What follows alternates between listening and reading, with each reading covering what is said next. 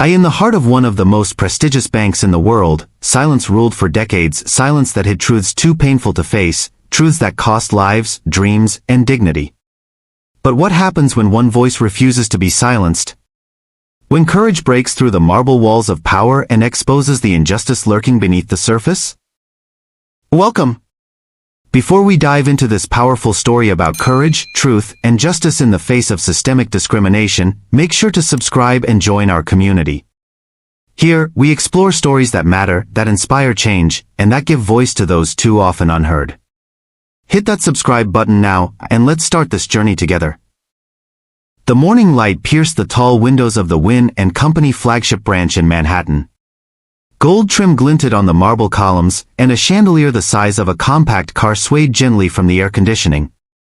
The lobby was nearly silent, the way prestige demands. Amira Blake stepped into the atrium wearing a charcoal gray suit that didn't ask for authority, it declared it. She carried no bag, just a slim folder under one arm. Eyes followed her. Not with welcome. With calculation. She could feel it like humidity on her skin. It was her first day, not as manager, but as the Reform Director, a newly invented title designed to signal change without admitting fault. But the city had read between the lines. The scandal had hit the press 5 days ago, years of racial profiling, client exclusion, subtle and brutal all at once. And this branch, this very building, was the center of it. She bypassed the greeting staff without slowing and made her way to the top floor. Her office had been cleared out, the previous director removed quietly in the early hours of the crisis. A bouquet of white orchids sat on the desk, anonymous. Amira swept them into the trash. 2 knocks at the door. Miles Donner, ex-security chief, stood there, hat in hand, visibly thinner than in his file photo. His voice trembled as he asked, 5 minutes? She nodded once. He sat. For a long time he said nothing. Then, barely above a whisper. And we called them Code 8s, people who made the lobby unsettled. He avoided the word black. He didn't need to say it. We had color-coded tags. Not officially. Just internally. Red tags got watched. Orange tags got discouraged. A couple got removed. It wasn't always written down. Just known. Amira's face was unreadable. Not out of coldness but focus. And who created this system? It wasn't one person. It was inherited. And I passed it on. She said nothing. Just stood and pressed the intercom. Suspend all client-facing operations. Immediate staff assembly in the atrium. 5 minutes. A tremor shook the building, not physical, but cultural. As people filed in downstairs, murmurs began to ripple. The branch had never suspended operations. Not for storms. Not for deaths. Not even for audits. Now? When Amira stepped onto the platform overlooking the lobby, silence fell like snow. This is not about damage control, as she began, voice amplified but not raised. This is about damage acknowledged. Gasps. Shifts. A whisper, she's really doing it. I have seen the files. I have spoken with your colleagues. I have heard the silence. I know what lives in it. Profiling is not policy. It is rot. And rot, left untouched, spreads. A junior teller covered her mouth. A compliance officer shook his head in slow disbelief. One intern, barely 20, broke down in tears near the back wall. Then, movement. Gabriel Wynn. Senior Systems Analyst. 35, pale, anxious. He stepped forward uninvited. His hand was trembling as he held out a flash drive. It's the original code. The algorithm. It's been there since 2012. I didn't write it. But I knew. It's buried under client engagement metrics. It flags names, speech patterns, social behaviors, labels them risk-tiered. Amira took the drive. He looked away ashamed. No applause. Just wait. By nightfall, the building was empty except for her. She sat at her desk, the flash drive spinning slowly between her fingers. She opened her phone. One saved voicemail. She had kept it untouched for 2 years. Her mother's voice, soft, southern, tired but fierce. You don't clean a wound by covering it. You clean it by exposing it. Even when it hurts. Amira closed her eyes. Outside, the city pulsed with indifference. But inside these walls something had cracked. Not broken, opened. And in that opening, the echoes were finally being heard.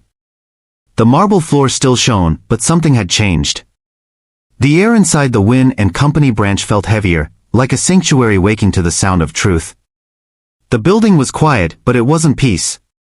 It was the weight of reckoning. Amira Blake stood in the old reception lobby, now cleared of all furniture except a single row of metal chairs. A microphone had been placed on a small podium, unadorned, cold under the overhead lights. Behind it, a sign read, "Verbal audit, speak. Witness. Heel." She stood back, her hands clasped. This was not a press stunt. No cameras, no recordings. Just a notebook in her hands, and ears ready to receive what the files had erased. The first to speak was a man in his 70s, jacket too big, voice too small. They closed my account in 2015. Said there were unusual behaviors. I'd been banking here 20 years. They didn't say more. But my neighbor? White guy. Did the same deposits as me. Nothing ever happened to him. He sat down without waiting for a response. A woman stepped forward next. Nina Rosario. Her elegance was quiet, hair wrapped in deep red fabric, posture upright like a testimony. I was followed. Not once. Twice. The day after I deposited an inheritance. 6 figures. My mother had died. I came here in mourning. They asked me if I really owned the money. The guard followed me to my car. Wrote down my license plate. I left. I never came back. Her voice didn't crack. But the silence after her words did. A tear fell from someone in the back row, barely audible. That night, Amira stayed late again. She read every note, transcribed every story. Her pen was shaking. Rage wasn't useful. But truth? Truth was precise. Truth didn't blink. Then came a knock. Unannounced. An elderly man stood at the door in a tailored coat, eyes sunken from age but sharp as glass. Ms. Blake? I'm Elias Carrington. I ran this branch in the 90s. She let him in without a word. He sat. Slowly. Removed his gloves. Looked at the room as if remembering a life he could no longer defend. We didn't call it profiling then. We called it risk indexing. We said it was about patterns. But it was really about people who made us uncomfortable. He let the silence settle like ash. The index was my idea. We fed it into the digital system in '99. I told myself it was about efficiency.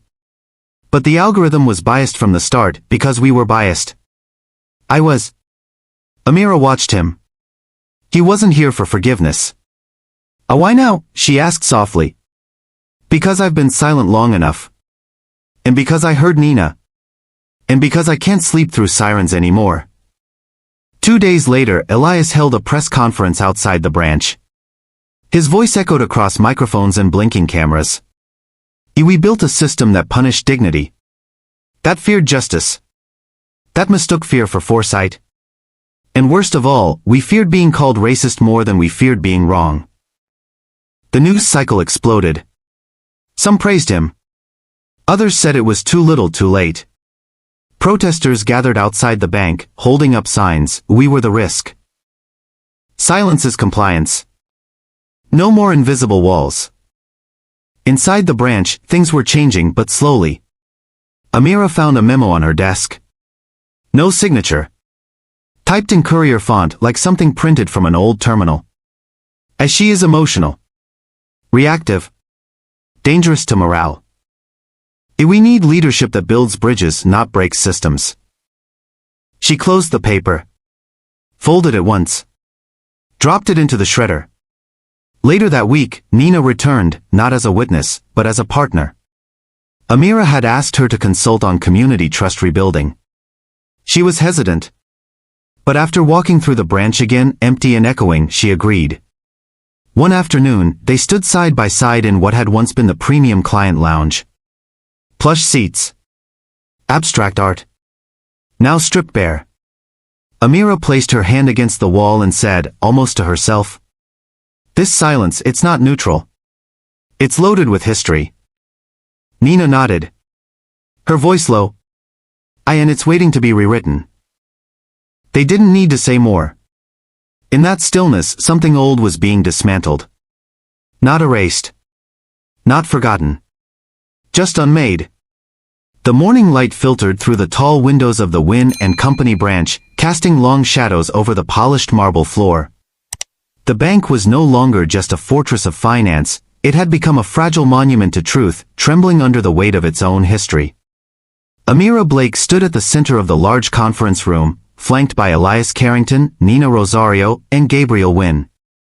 The air buzzed with tension and hope, an uneasy mix that could tip in either direction. Before them lay stacks of documents, internal training manuals, code snippets from the profiling algorithm, memos that spoke in cold, bureaucratic language about client risk and behavioral flags. They had laid bare the architecture of exclusion, piece by piece. Amira cleared her throat and began to speak, her voice steady but charged. For years, this institution was built on silence, a silence that protected the powerful and punished the vulnerable. We have uncovered policies designed to exclude, data manipulated to justify discrimination, and a culture that rewarded fear over fairness. The room remained silent, each word sinking in like a stone dropped in still water. This is not just about one branch or one system. It is a legacy inherited by all of us who walk through these halls. But it is also a choice, what we do next defines who we are. Elias stepped forward, his cane tapping lightly on the floor. I once thought I was protecting the bank's future. I was protecting myself really. Today, I offer all I have left to help rebuild that future honestly. Nina's eyes shone with quiet strength as she spoke next. To the clients who were silenced, your stories mattered. To those who feared speaking up, your courage is our foundation. We will ensure this voice, your voice, is not lost again. Behind the closed doors of the headquarters in Chicago, Carmen Yao, the company's new chief ethics officer, reviewed their findings. A former compliance lawyer known for her unyielding integrity, Carmen felt the weight of responsibility as she prepared her announcement. When she arrived at Wynn & Company, Carmen's presence was both a challenge and a promise. These reforms will extend to every branch, every system, every policy, she declared. Change will not be swift or easy. But it will be real. Because justice is not a moment, it's a movement. The public response was a mixture of skepticism and cautious optimism. The media followed closely, sometimes harsh, sometimes hopeful. Community groups, previously unheard, found new allies in the bank's corridors. Amira and her team worked tirelessly, drafting new policies, implementing unbiased training programs, and creating a client feedback platform that was transparent and accessible. One afternoon, as sunlight poured into the renovated lobby, the first new client to enter was a young girl, no older than 10, holding her mother's hand. The staff greeted her by name. No questions. No suspicion. Just welcome. Miles Donner, once the architect of exclusion, now on leave and seeking therapy, observed quietly from a corner, a man beginning to confront his past. Gabriel, the former hesitant analyst, had become the lead on developing inclusive technologies, algorithms designed to detect bias, not perpetuate it. Elias, in an act of quiet redemption, donated a significant portion of his pension to fund scholarships aimed at empowering young professionals of color to enter finance and leadership. The final scene unfolded in the new client reception hall, a space transformed from cold exclusion to warm inclusion. Amira looked out over the crowd gathered for the official reopening. Tears welled in her eyes, not from sorrow, but from the fragile hope of something new taking root. Her voice rose, carrying the weight of generations. Justice isn't rage. It's clarity. It's truth. It's standing still when the easy path is to walk away. We inherit silence, but we will not pass it on. We will speak. We will listen. And we will change. The room erupted in applause, but beneath the noise, a profound quiet settled, a quiet born not of ignorance, but of understanding and commitment. The silence that once divided them was finally replaced by the voices that stayed. The silence we inherited is not just the story of a bank's reckoning, it's a mirror held up to every institution, every society that has chosen to look away. It reminds us that the cost of silence is measured in shattered lives and lost opportunities. Yet it also shows us the transformative power of truth, accountability, and collective courage. Change begins when we choose to confront the uncomfortable, when we give voice to the silenced, and when we refuse to inherit a legacy of discrimination. The fight against systemic injustice is far from over. It demands our attention, our voices, and our actions every day. Whether in the boardroom, the classroom, or the streets, we all hold the power to challenge silence and demand fairness. Speak up against discrimination wherever you see it. Support organizations that promote equity. Educate yourself and others about the hidden biases shaping our world. Because the silence we inherit is not inevitable, it is a choice. And together we can choose to break it. Thank you for listening to this story of transformation and hope. If this moved you, please subscribe and share with others who believe in justice and equity. Together, we can break the silence and build a future where everyone is truly seen and heard. Don't miss our next episodes, subscribe now and stay part of the change.